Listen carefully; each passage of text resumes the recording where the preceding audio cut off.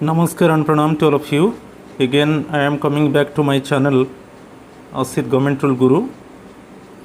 Today, I will discuss. It is the fourth quiz on inventory management and disposal of goods. It is very important part. It would be very useful for principal exams in NVS, KVS, and also vice principal exam related to the Delhi boards.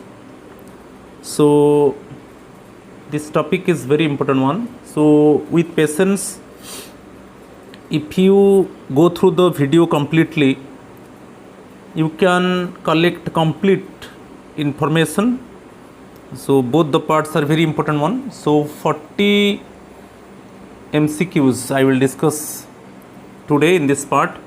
So my friends, please subscribe my channel, like my channel and share my channel, so that in subsequent time you can get definitely some nice videos. So I do not want to waste more time. Now I am going to start the quiz on inventory management and disposal of goods, the most important part of general financial rule. First question: while receiving goods and materials from a supplier, the dash should refer to the relevant contract terms and follow the prescribed procedure for receiving the materials. तो question 4 options है: head of office, store keeper, stores incharge, head of the department. जब supplier से goods and materials को receive किया जाएगा,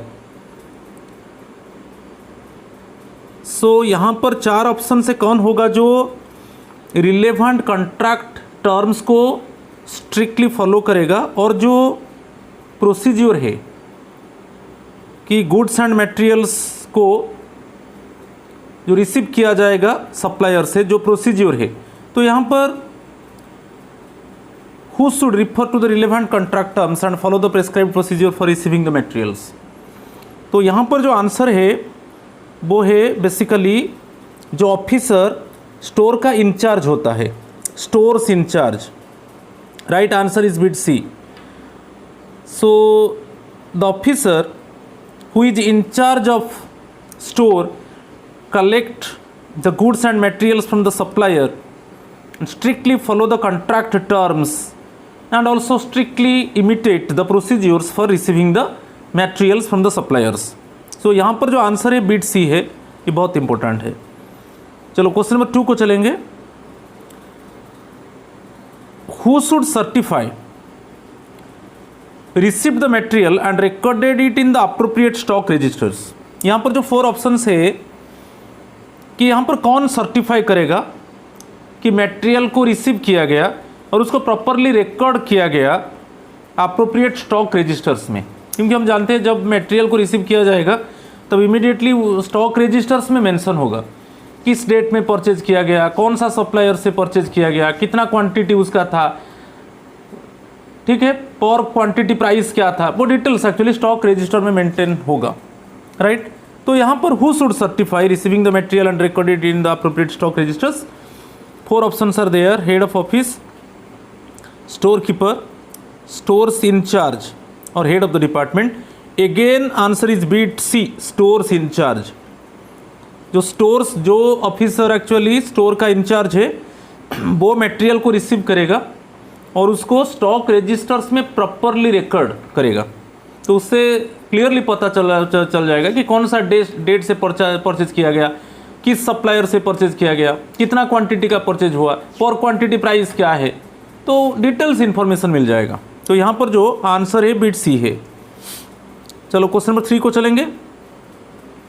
separate accounts shell be kept for library books in the form dash. तो separate account होता है basically. तो यहाँ पर जो क्वेश्चन पूछा है कि लाइब्रेरी के लिए separate account shall be kept for library books in the form. So 4 options are there. It is GFR 18 और GFR 22, GFR 23, GFR 24, जो लाइब्रेरी बुक्स के लिए जो सेपरेट अकाउंट होता है वो एक्चुअली GFR 18 में मेंशन होता है। तो यहाँ पर एक्चुअली आंसर होगा GFR 18, जो सेपरेट अकाउंट होता है शैल be kept for library books in the form GFR 18। तो आप देख लीजिए, एक आसेसन रजिस्टर होता है, उसमें क्लियरली डेट होता है, आसेसन नंबर, जो ऑथर है बुक का, फिर title, volume, place and publisher, book का ईयर ऑफ पब्लिकेशन, जो पर्टिकुलर बुक में कितना पेजेस है, उसका सोर्स क्या है, क्लास नंबर, बुक नंबर, ऐसे सब, उसका कॉस्ट प्राइस क्या है, बिल नंबर एंड डेट, ये सब मेंशन होता है कि आसेसन रजिस्टर होता है। तो वो जो आसेसन रजिस्टर होता है वो GFR 18 में होता है। ठीक है, तो ये बहुत इंपॉर्टेंट है।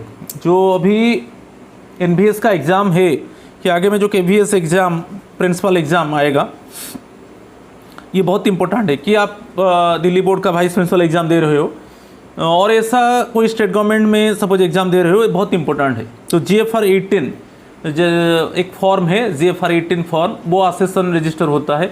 उसमें क्लियरली मेंशन होगा कि एक सपोज एक बुक को परचेज किया गया, कौन सा डेट में परचेज किया गया, उसका नंबरिंग होगा बुक में, उसका नंबर डालना है, उसका ऑथर क्या है, उसका टाइटल क्या है, ठीक है, उसका वॉल्यूम, उसका पब्लिशर, ईयर ऑफ पब्लिकेशन, दो डिटेल्स, उसका कॉस्ट प्राइस, और जो उसके लिए जो बिल है, बिल नंबर क्या है, डेट क्या है, ये पूरा डिटेल्स मेंशन होगा। तो यहाँ पर आंसर हो गया जो लाइब्रेरी बुक्स जो मेंटेन होता है इन द फॉर्म GFR 18, ये बहुत इंपॉर्टेंट है। तो answer is bit A, right. चलो क्वेश्चन नंबर 4 को चलेंगे। Next one, in which form separate accounts shall be kept for fixed assets such as plant, machinery, equipment, furniture, fixtures etc. जो fixed assets होता है basically those type of assets repeatedly used in productive activities। तो plant, machinery, equipment, furniture, ये जो fixed assets है, ऐसा तो इसके लिए भी सेपरेट अकाउंट होता है। तो यहाँ पर आप फॉर्म बताइए, ऐसा कौन सा फॉर्म है जिसमें फिक्स्ड एसेट्स जब खरीदा जाता है उसका डिटेल्स डाटा भरा जाएगा। ठीक है, तो यहाँ पर जो 4 option GFR 18, GFR 22, GFR 23, GFR 24, तो यहाँ पर जो फॉर्म होगा वो GFR 22 होगा, राइट। तो जो फिक्स्ड एसेट्स के लिए जो सेपरेट अकाउंट होता है तो GFR 22 फॉर्म में वो मेंशन होगा। वो वैसा कैसा होता है, डेट होता है, पर्टिकुलर्स ऑफ एसेट, वो एसेट्स के ऊपर आपको मेंशन करना है, और सप्लायर कौन था, उसका सप्लायर का नेम एंड एड्रेस, और सप्लायर जो बिल दिया, जो पर्टिकुलर एसेट के लिए जो बिल दिया, बिल नंबर क्या है, डेट क्या है, और वो एसेट का कॉस्ट प्राइस क्या है, और location of the asset, okay, कौन सा इट मीन्स एसेट को इट मीन्स बेसिकली कहाँ से उसको परचेज किया गया है, तो डिटेल्स पूरा रहेगा। तो वो जो फॉर्म है वो GFR 22 है, ओके, ऐसा फॉर्म में पूरा मेंशन होगा। यदि कोई न्यू एसेट को खरीदा जाएगा तो GFR 22 फॉर्म में, GFR 22 फॉर्म में वो क्लियरली मेंशन होगा। तो यहाँ पर जो आंसर होगा बिट बी होगा, राइट। चलो नेक्स्ट क्वेश्चन है, क्वेश्चन नंबर 5 को चलेंगे। Separate account shall be kept for consumable such as office stationery, जो कंज्यूमेबल आइटम्स है, office stationery, chemicals, maintenance, spare parts etcetera in the form dash. तो consumable items के लिए भी सेपरेट अकाउंट होता है। यदि कोई कंज्यूमेबल आइटम को खरीदा जाता है वो कौन सा फॉर्म में मेंशन होगा, जो जनरल फाइनेंशियल रूल है उसका कौन सा फॉर्म में वो मेंशन होगा, ठीक है। तो 4 options again it is given, GFR 18, GFR 22, GFR 23, GFR 24। तो कंज्यूमेबल आइटम्स के लिए आपको देखना है कि GFR 23, क्योंकि GFR जो 22 था वो फिक्स्ड एसेट्स के लिए था, ठीक है, और जो GFR 23 जो फॉर्म है वो कंज्यूमेबल आइटम्स के लिए है। वैसे वहाँ पर क्या मेंशन होता है, यदि कोई कंज्यूमेबल आइटम्स को खरीदा गया तो उसका डेट डाला जाएगा, किस डेट में उसको खरीदा गया, पर्टिकुलर्स डाला जाएगा, और सप्लायर्स का invoice number and date, suppliers का इनवॉइस नंबर एंड डेट, और वाउचर नंबर, ठीक है, और ये सब डिटेल्स मेंशन होता है। एक फॉर्म होता है GFR 23 फॉर्म में ये सब मेंशन होता है। ओके, फिर किसको इशू किया गया और फिर कितना बैलेंस रहा, जब इशू हो गया वो पर्टिकुलरली कंज्यूमेबल आइटम, तो कितना बैलेंस रहा, तो इसके लिए एक फॉर्म होता है, वो फॉर्म को हम बोलते हैं GFR 23। ठीक है, GFR जो 22 था वो फिक्स्ड एसेट्स के लिए था, और यहाँ पर जो GFR 23 फॉर्म है वो कंज्यूमेबल आइटम्स को मेंशन करता है। ठीक है, तो आंसर इज बिट सी। ठीक है, चलो next one, in which form, question number 6 है, in which form separate account shall be kept for assets of historical और artistic value held by museum और गवर्नमेंट डिपार्टमेंट्स। यहाँ पर है तो जो सेपरेट अकाउंट होता है, बेसिकली जो असेट्स होता है related to the historical and artistic value held by the museum और गवर्नमेंट डिपार्टमेंट्स, तो वो किस फॉर्म में एक्चुअली मेंशन होता है। तो यहाँ पर जो आंसर होगा वो डी होगा, GFR 24 में, राइट, GFR 24 जो फॉर्म होता है उसमें क्लियरली मेंशन होगा यदि कोई एसेट्स ऑफ हिस्टोरिकल और आर्टिस्टिक वैल्यू और उसको हेल्ड बाय द म्यूजियम और गवर्नमेंट डिपार्टमेंट्स। वैसे होता है जिस डेट में एक्चुअली वो बेसिकली हिस्टोरिकल इक्विपमेंट की एक आर्टिस्टिक इक्विपमेंट को एक्विजिशन किया गया, सोर्स ऑफ एक्विजिशन कि उसका कॉस्ट प्राइस कितना है। ठीक है, particulars which make it an asset of historical और आर्टिस्टिक वैल्यू, क्यों इसको हम हिस्टोरिकल वैल्यू बोलेंगे और आर्टिस्टिक वैल्यू बोलेंगे, और कस्टोडियन ऑफ द एसेट, वो एसेट का कस्टोडियन कौन है, वो डिटेल्स एक्चुअली मेंशन होगा। एक फॉर्म होता है वो GFR 24 होता है।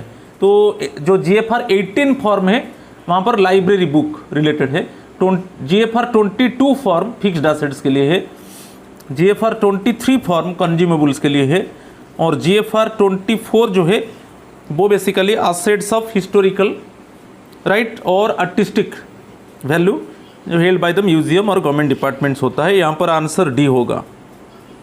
चलो ठीक है, अभी चलेंगे क्वेश्चन नंबर 7। क्वेश्चन नंबर 7 में, when a fixed asset is hired to local bodies, contractors or others, calculation of the charges to be recovered from them should be based on the dash, explicit cost, implicit cost, historical cost और economic cost. यदि कोई fixed asset कोई local bodies और contractors और any others, यदि वो fixed assets को higher करते हैं, गवर्नमेंट का कोई फिक्स्ड एसेट्स को हायर करते हैं, तो उनसे जो चार्ज रिकवरी होगा वो उसका बेस क्या है, जो चार्जेस रिकवरी होगा वो कौन सा बेसिस में होगा। Calculation of the charges to be recovered from them should be based on the dash. ठीक है, कोई गवर्नमेंट का असेट्स है, उसको सपोज एनी लोकल बॉडीज और कॉन्ट्रैक्टर्स और any others actually hired the fixed assets of the government, then on what basis actually government actually recovered the charge from them, explicit cost, implicit cost, historical cost और economic cost. Answer is bit C, answer is bit सी, जो historical cost है। Historical cost basically जो उसका original purchase price, जो fixed asset का जो original purchase price को लिया जाएगा उसका बेसिस में, ठीक है, जो फिक्स्ड एसेट को यूज किया उससे एक्चुअली चार्जेस रिकवर किया जाएगा। ठीक है, ये बहुत इंपॉर्टेंट है। एक्चुअली फिक्स्ड कॉस्ट का ओनर कोई गवर्नमेंट डिपार्टमेंट है और वो एसेट को दे दिया कोई any other, suppose local bodies की कॉन्ट्रैक्टर्स और any others hire the fixed assets of the government, then on what basis actually government basically recover the charges from them, तो वो हिस्टोरिकल कॉस्ट के हिसाब से होगा। जो हिस्टोरिकल कॉस्ट होता है वो basically original purchase price of the asset होता है, जो एसेट का ओरिजिनल परचेज प्राइस होता है वही हिस्टोरिकल कॉस्ट है, उसका बेसिस में एक्चुअली चार्ज रिकवर किया जाएगा। ओके, जो फिक्स्ड एसेट्स को हायर करेगा। ठीक है, तो यहाँ पर जो है आंसर बिट सी है। चलो क्वेश्चन नंबर 8 को चलेंगे। When a fixed asset is hired to local bodies, contractors or others, proper records should be kept of the assets and the hire and other charges as determined under the rules prescribed by the dash. अभी हम discuss किया ऐसा कुछ fixed asset है जिसको local bodies, contractors और others ने higher किया और बेसिकली उसका प्रॉपर रिकॉर्ड मेंटेन किया जाएगा. Okay, proper record should be kept of the assets. Okay, उसको कौन हायर किया उसका पूरा प्रॉपर रिकॉर्ड रहेगा और जो चार्जेस एक्चुअली डिटरमाइन होगा, क्योंकि अदर्स उसको हायर करेंगे मीन्स गवर्नमेंट एक्चुअली चार्ज को रिकवर करेगा. अभी हम बताया जो historical cost, the original purchase price of the asset था उसके हिसाब से एक्चुअली चार्जेस रिकवर होगा. मगर वो चार्जेस जो रिकवर होगा उसको कौन डिटरमाइन करेगा, उसका अथॉरिटी कौन है. And the charges as determined under the rules prescribed by the dash. 4 options are there. Head of office, accounts officer, stores incharge, competent authority. Answer is B D.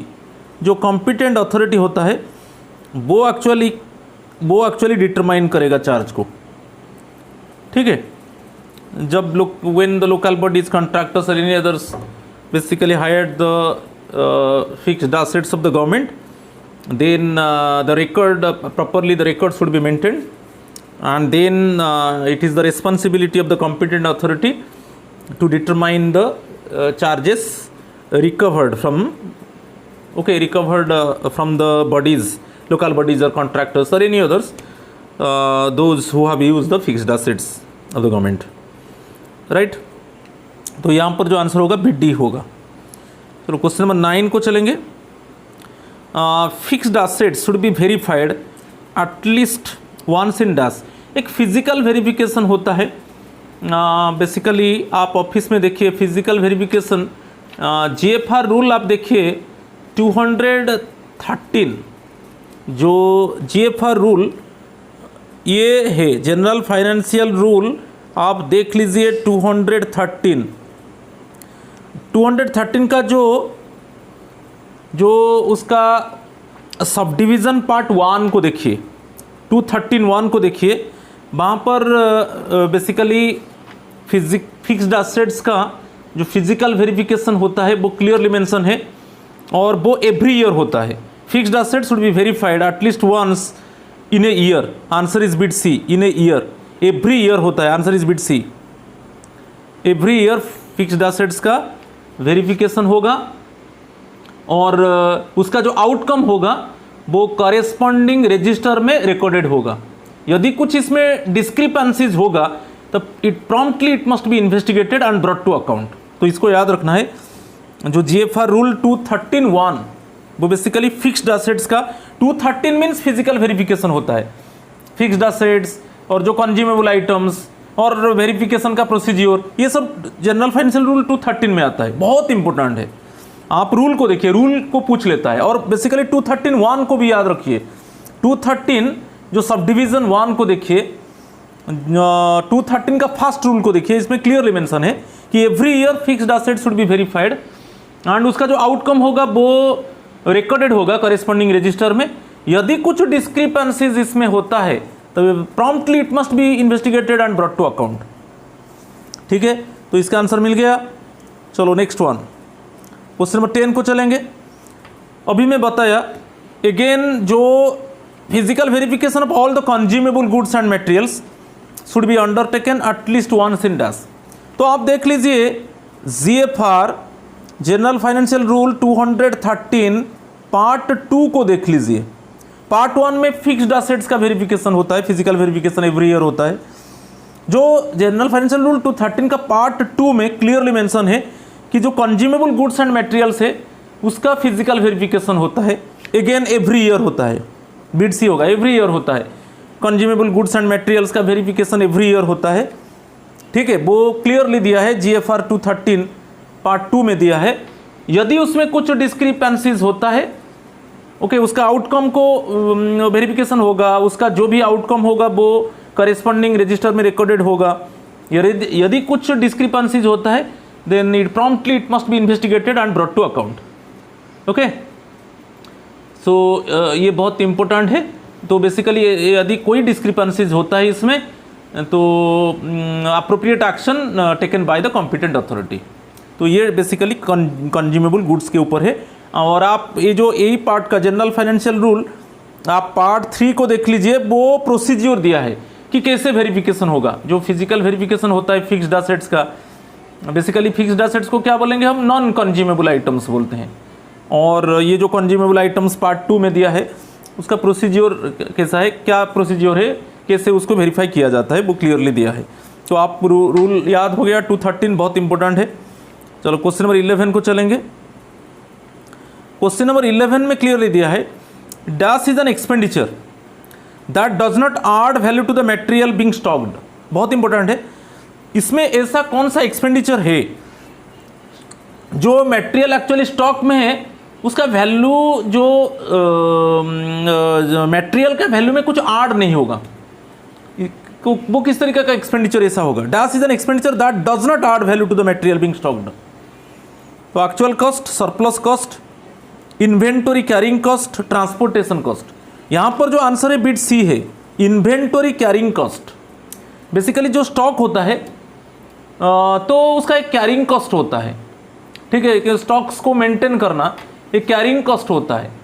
इसलिए बोलते हैं कि सभी समय क्या है, according to the need and requirement basically the stock of the goods should be maintained so that in any time it means the stock should not be surplus one. हमको जितना ज़रूरत है हम उतना स्टॉक करेंगे। एक पर्टिकुलर कमोडिटी जितना ज़रूरत है हम उतना परचेज करेंगे और स्टॉक करेंगे, उससे ज़्यादा हमको नहीं चाहिए। ज़्यादा करेंगे तो कैरिंग कॉस्ट ज़्यादा लगेगा। और ये कैरिंग कॉस्ट में क्या होता है, जो इन्वेंटरी कैरिंग कॉस्ट होता है उसमें कुछ जो मटेरियल के वैल्यू में कुछ ऐड नहीं होता है। इसमें ओनली मटेरियल को जो स्टॉक किया जाता है उसको उसका मेंटेनेंस के लिए जो पैसा खर्च होता है, तो ज़्यादा बेसिकली होगा तो स्टॉक होगा तो कैरिंग कॉस्ट ज़्यादा होगा। तो dash is an expenditure that does not add value to the material being stocked, it is the inventory carrying cost. ये बहुत इंपॉर्टेंट है। और जो गाइडलाइंस है जनरल फाइनेंशियल रूल का वो क्लियरली में मेंशन है। तो according to the need and requirement the basically the quantity of the commodity should be purchased and it means stack up or accumulate in the store so that minimum carrying cost should be there, because due to carrying cost actually there should not be any type of value added to the material. Answer bit C है। चलो question number 12 को चलेंगे। यहाँ पर आपका verification of books आ गया। आप देखिए GFR 215, ये बहुत इंपॉर्टेंट है स्कूल लेवल केस में। जो एग्ज़ाम अभी आप देंगे NVS KVS और दिल्ली बोर्ड, इस ये बहुत इंपॉर्टेंट है। जो GFR है जनरल फाइनेंशियल रूल 215 में दिया है, जो लाइब्रेरी बुक्स का कैसे फिजिकल वेरिफिकेशन होता है उसके ऊपर है। तो यहाँ पर जो क्वेश्चन है, complete physical verification of books should be done dash in case of libraries having not more than 20,000 volumes. यदि लाइब्रेरी में जो बेसिकली बुक्स है वो 20,000 वॉल्यूम से ज़्यादा नहीं है, having not more than 20,000 volumes. तो लाइब्रेरी में जो बुक्स का जो स्टॉक है वो 20,000 वॉल्यूम से ज़्यादा नहीं है। अच्छा, उसका जो फिजिकल वेरिफिकेशन होता है क्या होता है, every year, once in 2 years, once in 3 years, once in 5 years. आप याद रखिए ये क्लियरली दिया है जनरल फाइनेंशियल रूल 215 में। यदि the library contain not more than 20,000 volumes then every year उसका फिजिकल वेरिफिकेशन होगा। एवरी ईयर ओके, वो कंप्लीट वेरिफिकेशन होगा, कंप्लीट वेरिफिकेशन होगा और एवरी ईयर होगा यदि लाइब्रेरी में 20,000 वॉल्यूम से ज़्यादा बुक नहीं है। ये बहुत इंपॉर्टेंट है। हो गया आंसर बीट है। चलो क्वेश्चन नंबर 13 को चलेंगे। यहाँ पर दिया है for libraries having more than 20,000 volumes, more than 20,000 volumes and up to 50,000 volumes. It means जिस लाइब्रेरी में 20,000 वॉल्यूम से ज़्यादा बुक है और अप टू 50,000 वॉल्यूम से, उसका जो फिजिकल वेरिफिकेशन का पीरियड होता है, इंटरवल होता है, कैसा होता है। Such verification should be done at least once in 3 years, at least once in 5 years, at least once in 1 year, at least once in 2 years। Answer bit A है, एटलीस्ट वंस इन 3 years। आप याद रखिए, यदि 20,000 वॉल्यूम से कम होगा तो एवरी ईयर होगा, कंप्लीट वेरिफिकेशन होगा। यदि library contain more than 20,000 volumes and up to 50,000 volumes, तो उसका जो फिजिकल वेरिफिकेशन होगा कंप्लीट वेरिफिकेशन होगा, but at least once in 3 years। 3 years में एटलीस्ट वंस होगा और कंप्लीट वेरिफिकेशन होगा, सैंपल वेरिफिकेशन नहीं, कंप्लीट वेरिफिकेशन होगा। Right answer is bit A. चलो 14 को चलेंगे। 14 में है dash at intervals of not more than 3 years should be done in case of libraries having more than 50,000 volumes. जिस लाइब्रेरी में मोर देन 50,000 वॉल्यूम बुक्स है, ठीक है, और dash at intervals of not more than 3 years should be done in case of libraries having more than 50,000 volumes. यहाँ पर दे दिया जो इंटरवल्स होगा not more than 3 years। Okay, not more than, ये याद रखिए, इसके ऊपर क्वेश्चन आता है, not more than 3 years should be done. तो not more than 3 years means it means 3 years के अंदर एक बार वेरिफिकेशन होना चाहिए। ओके, मगर कैसे होगा? सैंपल फिजिकल वेरिफिकेशन, ना कंप्लीट फिजिकल वेरिफिकेशन, ना रैंडम फिजिकल वेरिफिकेशन, ना 75% फिजिकल वेरिफिकेशन। तो 75% मीन्स जितना वॉल्यूम्स है उसका 75% को वेरीफाई किया जाएगा। ना सैंपल फिजिकल वेरिफिकेशन होगा, ना कंप्लीट होगा, ना रैंडम होगा। एक्चुअली आंसर बीट ए होगा, sample physical verification. Complete physical verification नहीं होगा क्योंकि बहुत ज़्यादा बुक्स है, मोर देन 50,000 वॉल्यूम्स है। तो जो इंटरवल होगा एवरी 3 year में वंस होगा, एवरी 3 years में वंस एक्चुअली वेरीफाई होगा, मगर सैंपल फिजिकल वेरिफिकेशन होगा। सभी कंप्लीट फिजिकल वेरिफिकेशन नहीं होगा, सैंपल फिजिकल वेरिफिकेशन होगा। ठीक है, बहुत इंपॉर्टेंट है, आंसर इज बीट ए। तो क्वेश्चन नंबर 15 को चलेंगे। अगेन ये क्वेश्चन में डिस्कस कर चुका हूँ। Sample physical verification eight intervals of dash should be done in case of libraries having more than 50,000 volumes. अभी मैं बताया, यदि लाइब्रेरी में मोर देन 50,000 वॉल्यूम बुक्स है तो उसका सैंपल फिजिकल वेरिफिकेशन होगा। मगर इंटरवल क्या होगा? हम तो जानते हैं सैंपल फिजिकल, कंप्लीट वेरिफिकेशन नहीं होगा, सैंपल फिजिकल वेरिफिकेशन होगा, मगर उसका इंटरवल्स क्या होगा? यहाँ पर दिया है not more than 3 years, not more then 2 years, not more then 5 years, not more then 1 year। तो आंसर बिट ए अभी मैं डिस्कस किया था, नॉट मोर देन 3 years। तो एवरी 3 years में एक बार फिजिकल वेरिफिकेशन होगा और उसका sample physical verification, complete physical verification नहीं होगा, सैंपल फिजिकल वेरिफिकेशन होगा। तो यहाँ पर 2 चीज़ आपको याद रखना है, सैंपल फिजिकल वेरिफिकेशन होगा, इंटरवल जो होगा नॉट मोर देन 3 years, और यहाँ पर जो वॉल्यूम्स है वो मोर देन 50,000 वॉल्यूम्स होना चाहिए। राइट, तो ये आप GFR 215 में देख लीजिए, बहुत इंपॉर्टेंट है, वही रूल के ऊपर पूछ लेता है क्वेश्चन। तो यहाँ पर फिजिकल वेरिफिकेशन ऑफ बुक्स के ऊपर है। चलो ठीक है, क्वेश्चन नंबर 16 को चलेंगे। यहाँ पर दिया है when unusual or unreasonable shortage are there in libraries having more than 50,000 volumes then dash shall be done। अभी इसमें क्या है कि मोर देन 50,000 वॉल्यूम बुक्स है और सैंपल फिजिकल वेरिफिकेशन होगा, क्या होगा ना, जो इंटरवल होगा 3 years में एक बार होगा, 3 years में एक बार वेरीफाई होगा। ठीक है, और सैंपल फिजिकल वेरिफिकेशन होगा। सपोज इसमें कुछ अनयूजुअल और अनरीजनेबल शॉर्टेज होता है तो क्या होगा? सैंपल फिजिकल वेरिफिकेशन तो होगा, ओके, जो इंटरवल होगा not more than 3 years, it means every 3 years में एक बार होगा, सैंपल फिजिकल वेरिफिकेशन होगा। मगर सैंपल फिजिकल वेरिफिकेशन में पता चला कि कुछ अनरीजनेबल शॉर्टेज है, कि अनयूजुअल शॉर्टेज है, तब क्या किया जाएगा? तब कंप्लीट फिजिकल वेरिफिकेशन होगा। आंसर बीट भी हो जाएगा। आप याद रखिए, सैंपल फिजिकल वेरिफिकेशन होगा, मगर सैंपल फिजिकल वेरिफिकेशन में ये आउटकम आएगा कि कुछ बुक्स का शॉर्टेज है, ओके, अनरीजनेबल शॉर्टेज, ऐसा कुछ रीजन नहीं है, शॉर्टेज है और अनयूजुअल शॉर्टेजेस है, तब कंप्लीट फिजिकल वेरिफिकेशन होगा।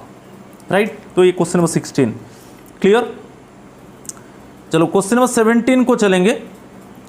अगेन ये बहुत लाइब्रेरी के ऊपर चल रहा है। Loss of dash for 1000 volumes, यहाँ पर दिया loss of dash for 1000 volumes of books issued और consulted in a year may be taken as a reasonable provided such losses are not attributable to dishonesty और negligence. तो for 1000 volumes में यहाँ पर दिया है कि फॉर 1000 वॉल्यूम्स में कितना वॉल्यूम्स का लॉस होगा, जिसको हम ये नहीं बोलेंगे कि कुछ डिसऑनेस्टी और नेग्लिजेंस से एक्चुअली इतना वॉल्यूम का लॉस हुआ। तो यहाँ पर याद रखना है, यहाँ पर जो होगा आंसर बीट ए होगा 5 वॉल्यूम्स, आंसर बीट ए होगा 5 वॉल्यूम्स। यदि फॉर 1000 वॉल्यूम्स में 5 वॉल्यूम्स का लॉस होता है तब हम पता कर लेंगे कि ये कोई नेग्लिजेंस और डिसऑनेस्टी के वजह से नहीं हुआ है। ठीक है, यदि उससे ज़्यादा होगा ये हम सस्पेक्ट करेंगे हाँ कुछ नेग्लिजेंस हुआ है और कुछ डिसऑनेस्टी के वजह से एक्चुअली बुक का जो वॉल्यूम्स का लॉस हुआ है। मगर यदि loss actually loss of 5 volumes होता है कि इसके अंदर होता है 5 वॉल्यूम्स और लेस, ये होता है फॉर 1000। फॉर आपको कैसे कैलकुलेट करना है, फॉर 1000 वॉल्यूम्स में 5 वॉल्यूम्स का लॉस होता है तब हम उसको सस्पेक्ट नहीं करेंगे कि वो नेग्लिजेंस की वजह से हुआ कि डिसऑनेस्टी की वजह से हुआ। राइट, बहुत इंपॉर्टेंट क्वेश्चन था। चलो क्वेश्चन नंबर 18 को चलेंगे। क्वेश्चन नंबर 18 में loss of a book of a value dash and rare books irrespective of value shall invariably be investigated and appropriate action taken. यहाँ पर दिया है कि loss of a book of a value dash, तो जो basically book का जो value loss होगा वो कितना होगा जो अप्रोप्रिएट एक्शन टेकन किया जाएगा। और बेसिकली रेयर बुक्स का कोई ऐसा कुछ लिमिट नहीं है, rare books irrespective of any value, rare books का लॉस होता है, इसका कोई भी वैल्यू हो उसके ऊपर लॉस होता है तो अप्रोप्रिएट एक्शन टेकन होगा। और अदर जो नॉर्मल बुक्स होता है उसमें कितना लॉस होगा जिसके वजह से appropriate action okay taken by the competent authority. तो इस केस में आपको याद रखना है कि आंसर बिट बी होगा एक्सीडिंग ₹1000।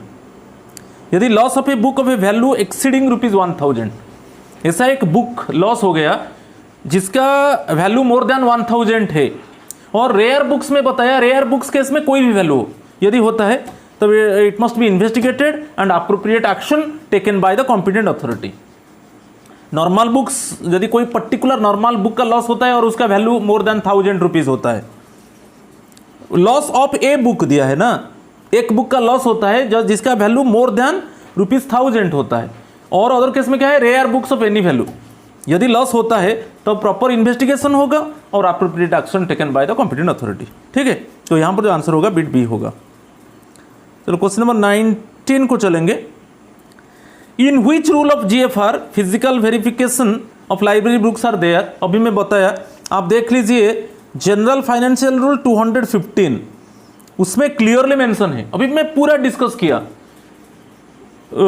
फिजिकल वेरिफिकेशन होता है कितना वॉल्यूम में कितनी टाइम में फिजिकल वेरिफिकेशन होगा, तो ये सब मेंशन है। तो बेसिकली आप देख लीजिए जनरल फाइनेंशियल रूल 215 में मेंशन है क्लियरली, तो आंसर होगा बिट डी होगा। ठीक है, तो बेसिकली इसमें दिया है क्लियरली फिजिकल वेरिफिकेशन के ऊपर, मैं पूरा डिस्कस कर चुका हूँ ऑलरेडी। ठीक है, आंसर जो होगा बिट डी होगा। चलो बहुत इजी था। चलो क्वेश्चन नंबर 20 को चलेंगे। क्वेश्चन नंबर 20 में दिया है an item may be declared dash if the same is of no use to the ministry और डिपार्टमेंट। अभी हम आ गए disposal of goods. Disposal of goods case में आप देख लीजिए जो जनरल GFR 217, ये भी बहुत इंपॉर्टेंट है। ओके, बेसिकली जो प्रिंसिपल्स एग्जाम होता है इसमें बहुत इंपॉर्टेंट है। तो GFR 217 जो है वो डिस्पोजल ऑफ गुड्स के ऊपर है। यहाँ पर दिया है an item may be declared dash if the same is of no use to the ministry और department, surplus, obsolete, unserviceable, either A और B और C। जो आंसर होगा बिट डी होगा, आइदर सरप्लस होगा और ऑब्सोलेट होगा और ऑन सर्विसेबल होगा। इस केस में क्या होगा, so same is of no use to the ministry और डिपार्टमेंट, ये क्लियरली मेंशन है। An item may be declared as surplus और ऑब्सोलेट और unserviceable, the same is of no use to the ministry और department. आप देख लीजिए GFR 217 वो डिस्पोजल ऑफ गुड्स, उसका पार्ट आई देख लीजिए, इसका पार्ट आई में ये क्लियरली मेंशन है, ठीक है। चलो क्वेश्चन नंबर 21 को चलेंगे। यहां पर दिया है the reasons for declaring the item surplus और ऑब्सोलेट और unserviceable should be recorded by the dash. तो यदि कोई आइटम सरप्लस होता है, ऑब्सोलेट, ऑब्सोलेट मीन्स वो पुराना हो गया, आउटडेटेड हो गया, अभी उसके जगह जैसे हम बोलते हैं कि टाइप मशीन, वो आउटडेटेड हो गया, अभी उसके जगह फिर डेस्कटॉप आ गया, अभी डेस्कटॉप भी आउटडेटेड हो चुका है, अभी लैपटॉप आ चुका है। तो ऐसा जो होता है बेसिकली जब आइटम को सरप्लस डिक्लेयर किया जाएगा, कि ऑब्सोलेट डिक्लेयर किया जाएगा, कि अनसर्विसेबल डिक्लेयर किया जाएगा, और उसका रीजन भी दिया जाएगा कि ये रीजन है, इसी रीजन के वजह से सरप्लस हो गया, कि ऑब्सोलेट हो गया, कि अनसर्विसेबल हो गया, तो should be recorded by the dash. इसको रिकॉर्ड कौन करेगा? हेड ऑफ द ऑफिस या अकाउंट्स ऑफिसर या स्टोर कीपर या authority competent to purchase the item. तो आंसर होगा बी डी होगा। जो कॉम्पिटेंट अथॉरिटी वो आइटम को परचेज किया था वो एक्चुअली रिकॉर्ड करेगा कि आइटम सरप्लस हो गया, कि आइटम ऑब्सोलेट हो गया, कि आइटम अनसर्विसेबल हो गया, ठीक है। तो ये भी बहुत इंपॉर्टेंट है। बेसिकली ये भी आप देख लीजिए GFR 217 उसका जो पार्ट आई में देख लीजिए, 217 GFR रूल 217 आई में क्लियरली मेंशन है, ओके। उसको जो कॉम्पिटेंट, जो अथॉरिटी कॉम्पिटेंट, जो कॉम्पिटेंट अथॉरिटी उसको जो आइटम को परचेज किया था वो एक्चुअली रिकॉर्ड करेगा कि ये कारण है, इसके वजह से ये सरप्लस हो गया, कि ऑब्सोलेट हो गया, कि अनसर्विसेबल हो गया, ठीक है। तो आंसर होगा B D, authority competent to purchase the item. चलो क्वेश्चन नंबर 22 को चलेंगे। The competent authority may at his discretion constitute a committee at appropriate level to declare items as surplus और obsolete और अनसर्विसेबल। ये बहुत important है। आप देख लीजिए जो GFR रूल 217 उसका सेकेंड पार्ट, ये पर्टिकुलरली क्वेश्चन आ सकता है। जो GFR 217 जो है वो डिस्पोजल ऑफ गुड्स के ऊपर है। इसका जो सेकेंड पार्ट है, जो डबल आई पार्ट है, उसमें क्लियरली मेंशन है कि एक कमिटी को फॉर्म किया जाएगा। जो कॉम्पिटेंट अथॉरिटी है उसके पास डिस्क्रिशनरी पावर है, वो एक कमिटी फॉर्म करेगा एट अप्रोप्रिएट लेवल। जो कमिटी एक्चुअली डिक्लेयर करेगा कि आइटम्स आर सरप्लस और ऑब्सोलेट और अनसर्विसेबल। ये जो दिया है क्या ये सही है? Yes, no, yes but need permission from the concern ministry, yes but not at his discretion. Actually जो स्टेटमेंट है करेक्ट है, येस है, क्योंकि कॉम्पिटेंट अथॉरिटी जो GFR 217 जो डबल आई है पार्ट 2 है, उसमें क्लियरली मेंशन है कि कॉम्पिटेंट अथॉरिटी के पास डिस्क्रिशनरी पावर है, वो एक कमिटी फॉर्म करेगा अप्रोप्रिएट लेवल में, और वो कमिटी डिसाइड करेगा कि ये जो आइटम्स है वो सरप्लस हो गए, सरप्लस आइटम्स है, कि ऑब्सोलेट है, कि अनसर्विसेबल है, वो कमिटी डिसाइड करेगा, और ये एब्सोल्युटली करेक्ट है, ठीक है। चलो क्वेश्चन नंबर 23 को चलेंगे। Dash which will be required while disposing of the surplus goods should also be worked out। जब सरप्लस गुड्स को डिस्पोज किया जाएगा, ठीक है।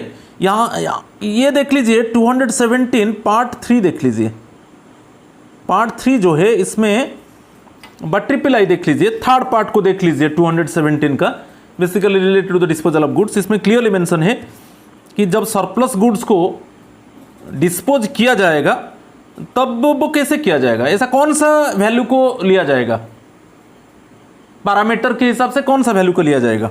क्या बुक वैल्यू को लिया जाएगा, ना गाइडिंग प्राइस, ना reserve price, D all of the above. Actually answer B D है, ऑल ऑफ द अबव लिया जाएगा।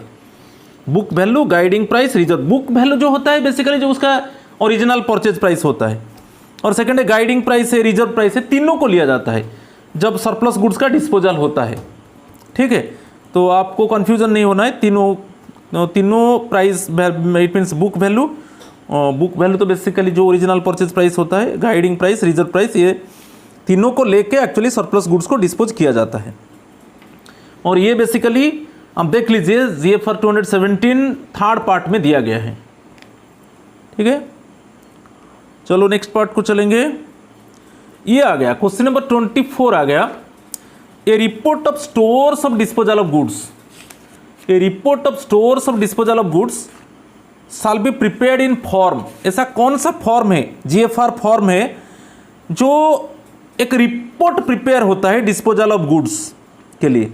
तो आपको यहां पर बोलना है कि ऐसा कौन सा फॉर्म है, ऐसा कौन सा फॉर्म है जीएफआर का जिसमें एक रिपोर्ट प्रिपेयर किया जाएगा फॉर डिस्पोजल ऑफ गुड्स।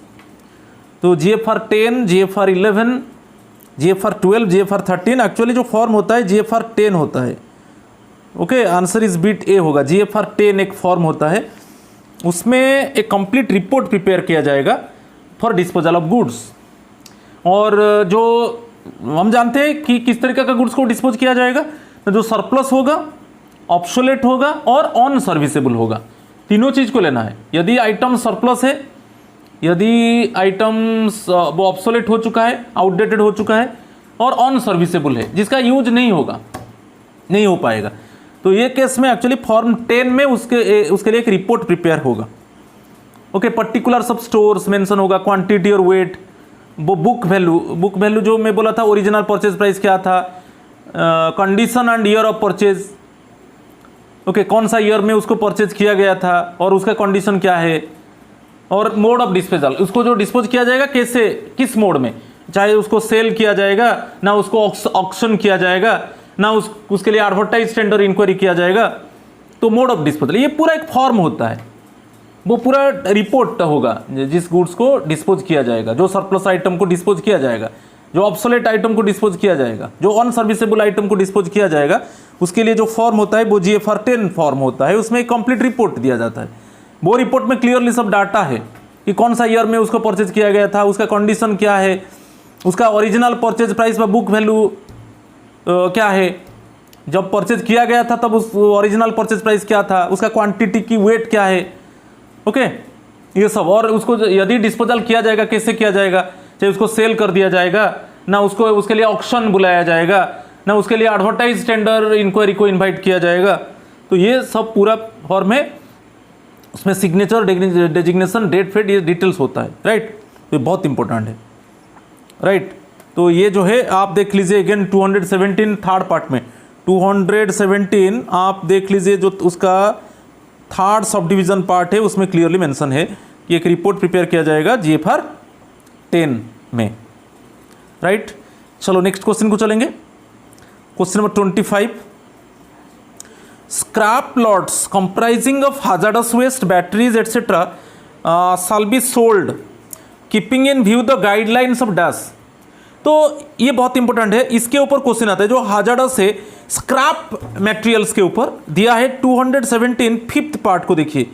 ये भी बहुत इंपॉर्टेंट है एनवीएस के वीएस प्रिंसिपल के लिए, बहुत इंपॉर्टेंट है, क्योंकि जो स्क्रैप मटेरियल्स होता है जिसको हम बोलते हैं कि hazardous waste, scrap batteries, electronic waste, तो ये केस में एक्चुअली किसका गाइडलाइन होता है, कौन सा मिनिस्ट्री का गाइडलाइन होता है कि actually which ministry actually providing guidelines for disposing scrap lots like hazardous waste, like batteries, like electronic waste, इसको जो डिस्पोजल होगा वो कौन सा गाइडलाइंस में होगा और कौन सा मिनिस्ट्री वो गाइडलाइंस देता है।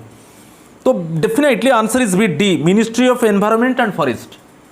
जो मिनिस्ट्री ऑफ एनवायरनमेंट आप देख लीजिए, जनरल फाइनेंशियल रूल 217 पार्ट 5 में क्लियरली मेंशन है कि ministry of environment and forest वो गाइडलाइंस देता है कि कैसे जो स्क्रैप मटेरियल्स है उसको डिस्पोज किया जाएगा, राइट। ये बहुत इंपॉर्टेंट पार्ट है, आप ये रूल को याद रखिए। 217 भी पार्ट 5th पार्ट में क्लियरली मेंशन है। जैसे सेकंड पार्ट में कमिटी होता है, जो 217 II में ओके सेकंड पार्ट होता है, उसमें कमिटी फॉर्मेशन होता है जब आइटम्स को डिस्पोज किया जाएगा, सरप्लस आइटम्स को कि ऑब्सोलेट आइटम्स को कि ऑन सर्विसेबल आइटम्स को। वैसा ही पार्ट 5 में बेसिकली जो ministry of environment and forest है उसका एक गाइडलाइंस होता है, उसके हिसाब से जो स्क्रैप मटेरियल्स है व जो बेसिकली ई वेस्ट है कि स्क्रैप बैटरीज है कि hazardous वेस्ट है उसको कैसे डिस्पोज किया जाएगा। तो आंसर यहाँ पर डी हो गया। चलो क्वेश्चन नंबर 26 को चलेंगे। surplus or obsolete or unserviceable goods of assessed residual value above rupees dash should be disposed of by public auction। तो यहाँ बहुत इंपॉर्टेंट है कि पब्लिक ऑक्शन की ओर हम चलेंगे। जो सरप्लस आइटम होगा, कि जो ऑब्सोलेट आइटम होगा और जो अनसर्विसेबल गुड्स को डिस्पोज किया जाएगा, उसका जो रेसिडुअल वैल्यू कितने होने से वो पब्लिक ऑक्शन में जाएगा। तो मोड्स ऑफ डिस्पोजल आप देख लीजिए। बेसिकली रूल जो है जीएफआर रूल 218 में दिया है मोड्स ऑफ डिस्पोजल।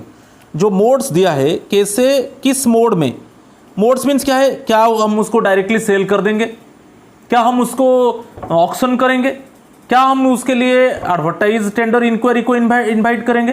तो ये जो मोड्स ऑफ डिस्पोजल होता है, तो इस केस में ऑक्शन के ऊपर दिया है कि जो सरप्लस और ऑब्सोलेट और अनसर्विसेबल गुड्स है, तो उसका जो रेसिडुअल वैल्यू होगा असेस किया गया है, वो कितना होगा, तब हम उसको डिस्पोज करेंगे पब्लिक ऑक्शन से। तो यहाँ पर जो आंसर होगा बिट सी होगा 2 lakh, above rupees 2 lakh, above rupees 2 lakh जब होगा, जो सरप्लस ऑब्सोलेट और अनसर्विसेबल गुड्स जिसका जो रेसिडुअल वैल्यू अबव 2 लाख होगा, ग्रेटर देन 2 लाख होगा, तब उसको डिस्पोज किया जाएगा पब्लिक ऑक्शन से। तो यहाँ पर पब्लिक ऑक्शन की एडवर्टाइज टेंडर इंक्वायरी, तो दोनों आता है, एक एडवर्टाइज्ड टेंडर होता है और पब्लिक ऑक्शन, ये दोनों इनवाइट किया जाएगा। जो मोड्स ऑफ डिस्पोजल जब मोर देन 2 लाख होगा, जो ऑब्सोलेट आइटम्स है कि सरप्लस आइटम्स है कि अनसर्विसेबल गुड्स है, जब उसका जो residual value more than 2 lakh होगा, ठीक है, मोर देन 2 लाख होगा, तब उसको चाहे पब्लिक ऑक्शन में डिस्पोज किया जाएगा कि उसके लिए एडवर्टाइज टेंडर को इनवाइट किया जाएगा। तो दोनों आइदर एडवर्टाइज टेंडर और पब्लिक ऑक्शन। ओके, जो 2 लाख है आंसर बहुत इंपॉर्टेंट है। और ये मोड्स ऑफ डिस्पोजल आप देख लीजिए, जो जीएफआर रूल 218 में क्लियरली मेंशन है। चलो नेक्स्ट वन 27 को चलेंगे। क्वेश्चन नंबर 27, सरप्लस और ऑब्सोलेट और unserviceable goods of assessed residual value above rupees 2 lakh, मैं अभी बताया था above rupees 2 lakh should be disposed of by. तो अभी बताया रूल है, क्या रूल है 218, जीएफआर रूल 218। और जो बेसिकली गुड्स को, जो सरप्लस और ऑब्सोलेट और अनसर्विसेबल गुड्स, जब उसका residual value greater than 2 lakh होगा, तब उसको कैसे डिस्पोज किया जाएगा। मैं अभी बताया था 2 प्रोसीजर से, आइदर एडवर्टाइज टेंडर और पब्लिक ऑक्शन, आइदर और, कोई एक मेथड को फॉलो किया जाएगा, चाहे पब्लिक ऑक्शन में डिस्पोज किया जाएगा, चाहे एडवर्टाइज टेंडर उसके लिए इनवाइट किया जाएगा। तो आंसर यहाँ पर हो जाएगा आइदर ए और बी, राइट। बहुत क्लियर है। तो मोड्स ऑफ डिस्पोजल बेसिकली जो रूल 218 है वो क्लियरली उसमें दिया है, ठीक है। चलो अभी चलेंगे क्वेश्चन नंबर 28 को चलेंगे। फॉर सरप्लस और ऑब्सोलेट और unserviceable goods with residual value less than rupees 2 lakh, अभी तो अबव रुपीज 2 लाख हम डिस्कस कर लिए। यदि residual value above rupees 2 lakh होता है, तब हम पब्लिक ऑक्शन में जा सकते हैं और एडवर्टाइज टेंडर इनवाइट कर सकते हैं उसको डिस्पोज करने के लिए। यदि उसका वैल्यू लेस देन 2 लाख होगा, रेसिडुअल वैल्यू सरप्लस और ऑब्सोलेट और अनसर्विसेबल गुड्स का जो residual value less then 2 lakh है, उसका मोड ऑफ डिस्पोजल कैसे होगा, वही दिया है। The mode of disposal will be determined by the competent authority. तो उसका जो डिस्पोजल होगा उसको डिटरमाइन करेगा competent authority, keeping in view the, okay, क्या उसका जो मोड ऑफ डिस्पोजल है वो कॉम्पिटेंट अथॉरिटी डिसाइड करेंगे। तो कौन सा क्या क्या पैरामीटर्स बोलेंगे, necessity to avoid accumulation of such goods, consequential blockage of space, deterioration in value of goods to be disposed of, D all of the above. जो आंसर होगा बी डी होगा। ये सबको कंसीडर करेंगे कॉम्पिटेंट अथॉरिटी कि unnecessarily वो accumulation हो रहा है, ये जो ऑब्सोलेट सरप्लस और अनसर्विसेबल गुड्स है, अननेसरली वो क्या है ना, वो एक्यूमुलेट स्टैक अप होकर पड़ा है स्टोर में और स्पेस को ब्लॉकेज कर रहा है। ये करेक्ट है, स्पेस को ब्लॉकेज कर रहा है और धीरे धीरे उसका जब वैसे पड़ा रहा है तो उसका वैल्यू धीरे धीरे डेटोरेट हो रहा है, डिक्लाइन हो रहा है, उसका वैल्यू धीरे धीरे कम होता जा रहा है। तो ये इसको लेके वो क्या करते हैं, डिसाइड करते हैं, उसको डिस्पोज कर दिया जाएगा और कॉम्पिटेंट अथॉरिटी उसको डिसाइड करते हैं, ठीक है, कि the mode of disposal actually competent authority यहाँ पर डिसाइड करेंगे कि उसको डायरेक्टली सेल कर सकते हैं। मगर मोर देन 2 लाख होगा रेसिडुअल वैल्यू तब वो पब्लिक ऑक्शन में जा सकते हैं और एडवर्टाइज टेंडर में जा सकते हैं। मगर लेस देन 2 लाख होगा, लेस देन ₹2 लाख होगा तो ये सब कंसिडर करते हैं कॉम्पिटेंट अथॉरिटी और वो डिटरमाइन करते हैं, मोड ऑफ डिस्पोजल को डिटरमाइन करते हैं, ठीक है। चलो क्वेश्चन नंबर 29 को चलेंगे। यहाँ पर सीक्वेंस दिया है, देखिए सीक्वेंस दिया है इसमें कि यदि एडवर्टाइज टेंडर होगा, अब मैं बताया था अभी कि यदि जो रेसिडुअल वैल्यू जब मोर देन 2 लाख होगा, जो भी ऑब्सोलेट सरप्लस और ऑन सर्विसेबल गुड्स उसका residual value more than 2 lakh हुआ तब उसको कैसे डिस्पोज किया जाएगा ना, जो मोड ऑफ डिस्पोजल होगा आइदर ऑक्शन, पब्लिक ऑक्शन और एडवर्टाइज टेंडर। वही एडवर्टाइज टेंडर के ऊपर है यहाँ पर। तो कौन सा सीक्वेंस में होगा? Opening of bids, selection of highest responsible bidder, collection of sale value from the selected bidder, issue of sale release order to the selected bidder और release of the sold surplus goods to the selected bidder. तो यहाँ पर जो option है first, okay, ऐसा तो हम जानते हैं कि basically first one bidding documents prepare किया जाएगा, उसके बाद टेंडर इनवाइट किया जाएगा। ये दो चीज़ आ गया।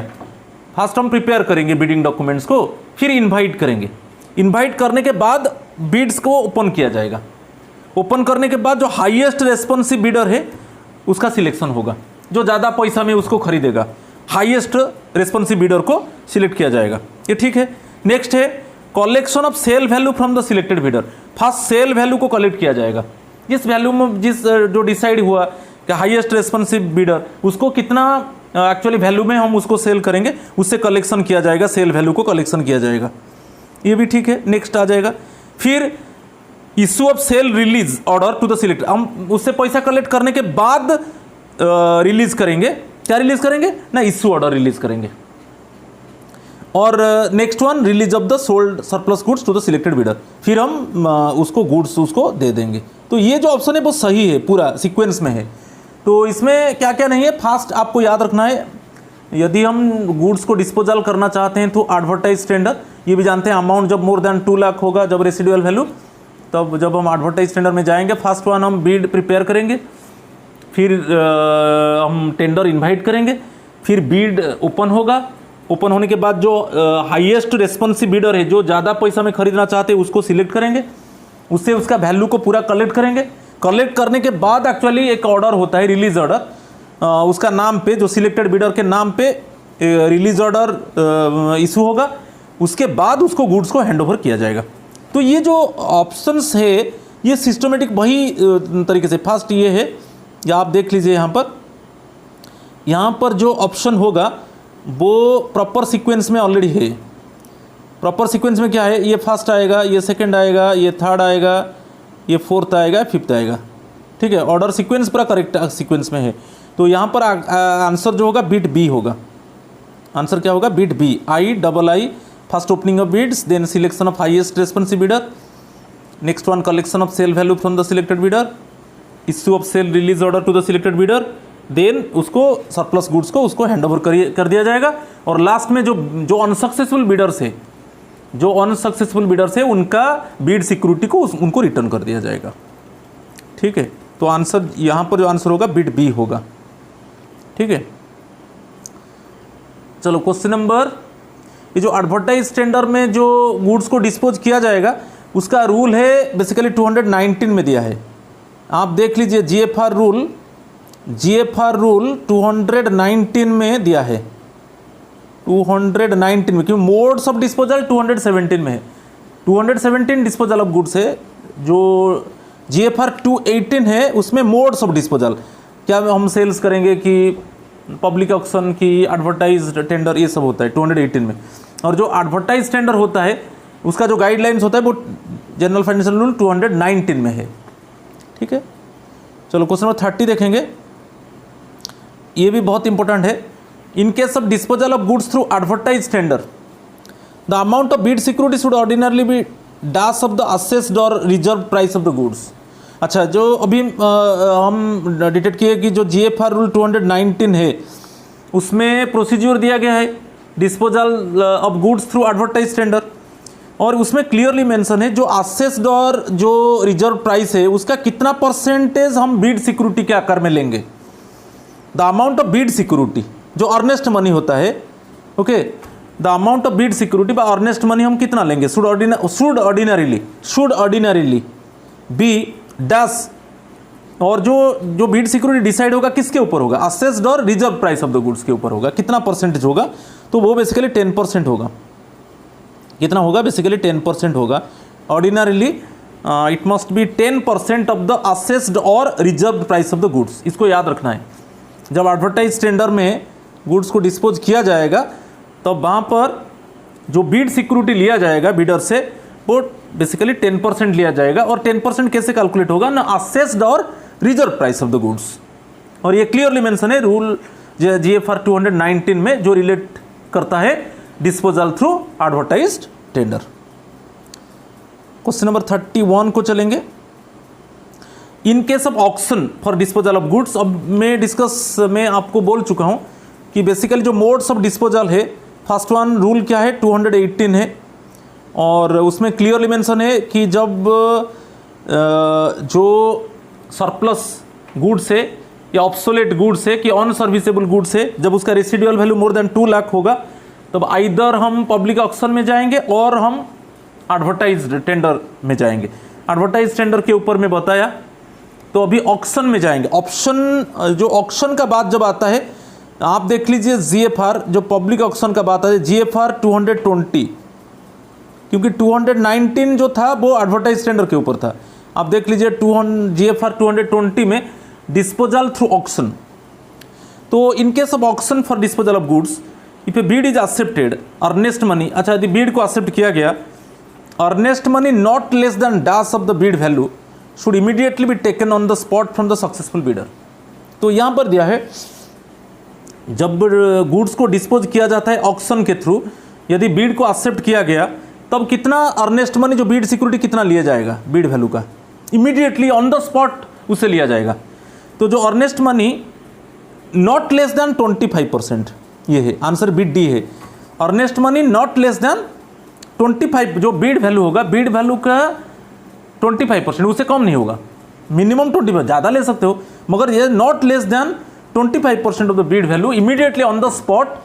एक्चुअली जो सक्सेसफुल बीडर है, जिसको अल्टीमेटली सिलेक्ट किया गया, ओके, जिसको अभी ऑक्शन में गुड्स को दे दिया जाएगा, तो उस सक्सेसफुल बीडर से immediately not less then 25% of the bid value, उससे अर्नेस्ट मनी ब बीड सिक्योरिटी ले लिया जाएगा। फिर उसके बाद उसको जब गुड्स को दे दिया जाएगा, वो अर्नेस्ट मनी को एडजस्ट करके बाकी जो अमाउंट है उसे कलेक्ट किया जाएगा और उसको गुड्स को हैंड ओवर कर दिया जाएगा। ठीक है, ये बहुत इंपॉर्टेंट है। जो एडवर्टाइज टेंडर में अर्नेस्ट मनी था 10, ऑर्डिनरीली 10% था, और वो असेस्ड वैल्यू और रिजर्व प्राइस के ऊपर था। और यहाँ पर जो है बीड वैल्यू है उसका मिनिमम 25% अर्नेस्ट मनी लिया जाएगा, वह बीड सिक्योरिटी लिया जाएगा ऑन द स्पॉट। फिर सक्सेसफुल बीडर से फिर बाकी जो अमाउंट है इसको एडजस्ट कर दिया जाएगा। अर्नेस्ट मनी को 25% हम ले चुके हैं बीड वैल्यू का, बाकी 75% उससे कलेक्ट करेंगे और उसको गुड्स को हैंड ओवर कर दिया जाएगा। राइट, ये बेसिकली जनरल फाइनेंशियल रूल 220 में मेंशन है, डिस्पोजल थ्रू ऑक्शन। चलो क्वेश्चन नंबर 32 को चलेंगे। इफ ए मिनिस्ट्री और department is unable to sell any surplus or obsolete or unserviceable item in spite of its attempts through advertised tender or auction, it may dispose of the same at its scrap value with the approval of the competent authority in consultation with dash। देखिए अभी मैं बताया कि जो हम dispose करते हैं दो मेथड होता है, एक एडवर्टाइज टेंडर होता है, ऑक्शन होता है। यदि इसमें सक्सेस नहीं हो पाया, हम गुड्स को डिस्पोज नहीं कर पाए, तब हम क्या करेंगे ना, it may dispose of the same at scrap value में उसको डिस्पोज किया जाएगा, मगर with the approval of the competent authority in consultation with dash, ये दिया है। इसमें बढ़िया क्वेश्चन है, यदि मिनिस्ट्री और कंसर्न मिनिस्ट्री और डिपार्टमेंट उसको एडवर्टाइज टेंडर और ऑक्शन के वजह से भी जो सरप्लस गुड्स है कि जो ऑब्सोलेट और अनसर्विसेबल आइटम्स है उसको डिस्पोज नहीं कर पाया, तब उसको वो क्या डिसाइड करेगा अल्टीमेटली कि उसका स्क्रैप वैल्यू जो है उसके हिसाब से उसको डिस्पोज कर दिया जाएगा। ठीक है। मगर यहाँ पर कॉम्पिटेंट अथॉरिटी किसके साथ कंसल्ट करेगा, तो यहाँ पर जो है ऑप्शन 4 ऑप्शन दिया है, secretary of home ministry, ministry of environment and forest, finance division and ministry of commerce and industries. Finance division answer होगा, आंसर बिट सी होगा। जो कॉम्पिटेंट अथॉरिटी है वो फाइनेंस डिवीज़न के साथ कंसल्ट करके उसका स्क्रैप वैल्यू को चाहेगा डिस्पोज करने के लिए। यदि वो एडवर्टाइज टेंडर और पब्लिक ऑक्शन के द्वारा डिस्पोज नहीं हो पाया तो अल्टीमेट ऑप्शन ये आता है स्क्रैप, उसका स्क्रैप वैल्यू को डिस्पोज किया जाएगा। मगर वहाँ पर कॉम्पिटेंट अथॉरिटी किसके साथ कंसल्ट करेगा ना, फाइनेंस डिवीज़न के साथ कंसल्ट करके उसका स्क्रैप वैल्यू को डिस्पोज करने के लिए ट्राई करेगा, राइट। चलो क्वेश्चन नंबर 33, जो सेल अकाउंट होता है बेसिकली कौन सा जीएफआर फॉर्म, ये sale account should be prepared for goods disposed of in dash duly signed by the officer who supervise the sale और ऑक्शन। तो जो सेल अकाउंट होता है वो जीएफआर का कौन सा फॉर्म है, वो सेल अकाउंट को मेंटेन किया जाता है, ठीक है। जो सेल अकाउंट का मेंटेन किया जाएगा, आपको याद रखना है जो जीएफआर 11 है, क्योंकि मैं बोला था जीएफआर 10 में क्या होता है, जो डिस्पोजल ऑफ गुड्स है उसका एक रिपोर्ट होता है। जीएफआर 10 पहले मैं डिस्कस कर चुका हूँ, डिस्पोजल ऑफ गुड्स का एक कंप्लीट रिपोर्ट वहाँ पर होता है कि इसी गुड्स को डिस्पोज किया जाएगा। और मगर यहाँ पर जो सेल अकाउंट होता है, जब उसको सेल कर दिया जाएगा, जो डिस्पोज कर दिया जाएगा, उसका जो सेल अकाउंट की किस प्राइस में उसको डिस्पोज किया गया, तो कितना अर्नेस्ट मनी लिया गया, तो वो डिटेल्स एक्चुअली वो जीएफआर एक फॉर्म होता है, जो फॉर्म जीएफआर 11 में सेल अकाउंट को मेंटेन किया जाएगा। आंसर बिट बी है, ठीक है। चलो क्वेश्चन नंबर 34 को चलेंगे। यहाँ पर दिया है कि losses due to depreciation shall be analyzed and recorded under the heads. 4 choices are there: normal fluctuation of market prices, normal wear and tear, lack of foresight in regulating purchases and negligence after purchase, all of the above. Losses due to depreciation, ये बहुत important है। Losses due to depreciation. Depreciation it means reduction of the value of the assets. जो asset का value धीरे धीरे reduce होता है ना, उसको हम depreciation बोलते हैं। Reduction of the value of the assets due to wear and tear, expected obsolescence and passage of time. तो जो losses due to depreciation ये shall be analyzed, उसको एनालाइज किया जाएगा एंड रिकॉर्डेड किया जाएगा कौन सा हेड में, ठीक है। Normal fluctuation of market price ये एक हेड है, करेक्ट है, ये एक हेड है। नॉर्मल वेयर एंड टियर ये भी एक हेड है।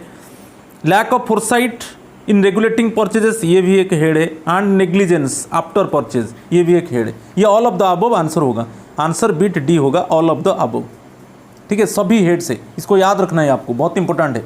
और ये क्लियरली दिया गया है, आप जीएफआर देख लीजिए, जीएफआर 23(2) में दिया गया है। जनरल फाइनेंशियल रूल 223 पार्ट 2 में दिया गया है, ओके, पार्ट 2 में दिया गया है, ठीक है। तो 4 हेड्स होता है, एक normal fluctuation of market prices, normal wear and tear, lack of foresight in regulating purchases and negligence after purchase. तो ये 4 हेड्स होता है, जिसमें क्या होगा ना, जो डिप्रिसिएशन के वजह से जो लॉस हुआ उसको एनालाइज किया जाएगा और इसी हेड के अंदर रिकॉर्डेड होगा, कोई भी हेड में रिकॉर्डेड होगा, ठीक है। बहुत इंपॉर्टेंट है, उसको याद कर लीजिए। चलो अभी क्वेश्चन नंबर 35 को चलेंगे कि यहाँ पर जो है दिया है, under which head should the losses not due to depreciation be grouped into. Again आप देख लीजिए, जो जीएफआर रूल 223 आप पार्ट 3 को देख लीजिए। पार्ट 3 में उसमें दिया है कुछ हेड है जिसमें losses not due to depreciation के वजह से लॉस नहीं हुआ है, अदर वजह से लॉस हुआ है। तो इसमें जो हेड है क्या क्या है ना, लॉसेस ड्यू टू थेफ्ट और फ्रॉड ये करेक्ट है, लॉसेस ड्यू टू नेग्लेक्ट ये भी करेक्ट है, लॉसेस ड्यू टू डैमेज ये भी करेक्ट है। यहाँ पर आंसर भी डी होगा। तो यहाँ पर डिप्रिसिएशन के वजह से लॉस नहीं हुआ, अदर वजह से लॉस हुआ। अदर वजह से क्या है, थेफ्ट और फ्रॉड के वजह से लॉस हुआ, नेग्लिजेंस के वजह से लॉस हुआ, कि डैमेज के वजह से लॉस हुआ। तो ये जो हेड होता है एक्चुअली यहाँ इसी हेड में एक्चुअली मेंशन होता है, रिकॉर्डेड होता है, यहाँ एनालाइज किया जाता है, उसको रिकॉर्डेड इसी हेड में किया जाता है। मगर यहाँ पर क्या है, ये जो लॉस हुआ है डिप्रिसिएशन के वजह से नहीं हुआ है, और जो जीएफआर रूल पार्ट 3 में ये दिया है, ठीक है। जीएफआर रूल 223 पार्ट 3 में दिया है, ठीक है। अच्छा चलो question number 36, disposal of goods, बहुत कॉमन क्वेश्चन है। आप अभी मैं बताया जो जीएफआर रूल 217 है डिस्पोजल ऑफ गुड्स के ऊपर है, तो आंसर बिट डी हो जाएगा, डायरेक्ट आंसर। जीएफआर रूल 217 में जो डिस्पोजल होता है, जो सरप्लस है, सरप्लस और ऑब्सोलेट और ऑन सर्विसेबल गुड्स को डिस्पोज किया जाता है, वो क्लियरली मेंशन है। और जो मोड्स ऑफ डिस्पोजल होता है, मोड्स ऑफ डिस्पोजल रूल 218 में होता है। नेक्स्ट वन क्वेश्चन नंबर 37 को चलेंगे, ये बहुत इंपॉर्टेंट है। In which rule of GFR the competent authority may at his discretion constitute a committee at appropriate level to declare items as surplus और obsolete और ऑन सर्विसेबल। ये बहुत important है, एनवीएस और केवीएस प्रिंसिपल एग्जाम के लिए बहुत important है, ये उसका वाइस प्रिंसिपल एग्जाम के लिए बहुत इंपॉर्टेंट है। तो जीएफआर का कौन सा रूल, आप देखिए रूल तो आप जानते हो, डिस्पोजल ऑफ गुड्स का जो रूल है 217 है, मगर 217 का कौन सा पार्ट में मेंशन है कि जो कॉम्पिटेंट अथॉरिटी है वो एक कमिटी कॉन्स्टिट्यूट करेगा, और कमिटी एक्चुअली डिसाइड करेगा कि बेसिकली ये सरप्लस, ये आइटम सरप्लस है कि ऑब्सोलेट है कि ऑन सर्विसेबल है, उसको डिस्पोज किया जाए।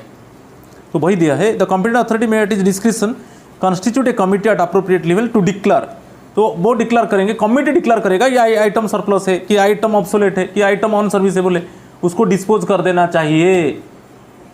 तो ये बेसिकली दिया है। आप सेकेंड पार्ट देखिए, मैं पहले डिस्कस कर चुका हूँ, जीएफआर रूल 217 पार्ट 2 को देख लीजिए, तो आंसर बिट बी होगा, ठीक है। इसमें क्लियरली मेंशन है कि जो कॉम्पिटेंट अथॉरिटी है उसके पास डिस्क्रिशनरी पावर है, वो एक कमिटी फॉर्म करेगा और कमिटी डिक्लेयर करेगा कि ये सब आइटम्स सरप्लस है कि ऑब्सोलेट है कि ऑन सर्विसेबल है, उसको डिस्पोज कर दिया जाए। Right answer bit B. चलो क्वेश्चन नंबर 38 को चलेंगे। अगेन यहाँ पर जो है, in which rule of GFR scrap lots shall be sold keeping in view the guidelines of ministry of environment and forest. इसको मैं डिस्कस कर चुका हूँ।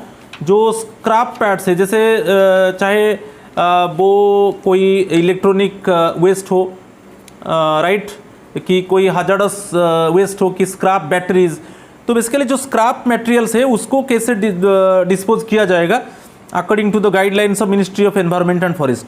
आप जानते हो रूल तो 217 है डिस्पोजल ऑफ गुड्स, बस स्क्रैप के ऊपर कहाँ पर दिया गया, आप देखिए उसका पार्ट 5 देखिए। पार्ट 5 में क्लियरली मेंशन है कि जो sale of hazardous waste, scrap batteries, electronic waste, उसको डिस्पोज कर दिया जाएगा, ठीक है। वो पार्ट 5 में क्लियरली मेंशन है, 217 part 5। Answer is bit D, right. चलो और 2 क्वेश्चन बाकी है। क्वेश्चन नंबर 39 को चलेंगे। In which rule of GFR physical, 2 बार हो गया फिजिकल, इसको काट दीजिए। Physical verification of all the consumable goods and material should be undertaken. मैं अभी बताया था कि पहले आप देख लीजिए 213 जो है वो फिजिकल वेरिफिकेशन होता है, और उसका जो सेकेंड पार्ट होता है वो कंज्यूमेबल गुड्स का वेरिफिकेशन होता है।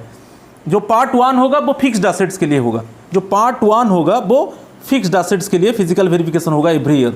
मगर यहाँ पर दिया है कंज्यूमेबल गुड्स एंड मटेरियल्स, वो 200 जीएफआर रूल 213 सेकेंड पार्ट में दिया है। उसका 3 पार्ट्स है। फर्स्ट पार्ट में बेसिकली जो फिक्स्ड एसेट्स है, जो नॉन कंज्यूमेबल आइटम्स है, जो पार्ट 1 में, ये पार्ट 1 में 213 पार्ट 1 में क्लियरली मेंशन है कि जो फिक्स्ड एसेट्स है उसका फिजिकल वेरिफिकेशन एवरी ईयर होगा। और पार्ट 2 में है जो फिक्स्ड एसेट्स है ना, उसको हम नॉन कंज्यूमेबल आइटम्स बोलते हैं। और जो पार्ट 2 है वही जीएफआर रूल 213, उसमें क्लियरली मेंशन है कि एवरी ईयर जो कंज्यूमेबल गुड्स एंड मटेरियल्स को फिजिकली वेरीफाई किया जाएगा, एवरी ईयर वेरीफाई किया जाएगा।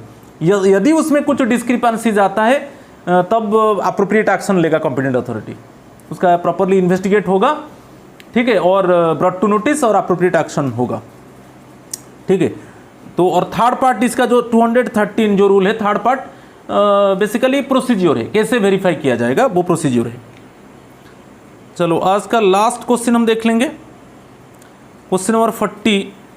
इफ ए मिनिस्ट्री और department is unable to sell any surplus और ऑब्सोलेट और unserviceable item in spite of its attempt through advertise, tender और auction.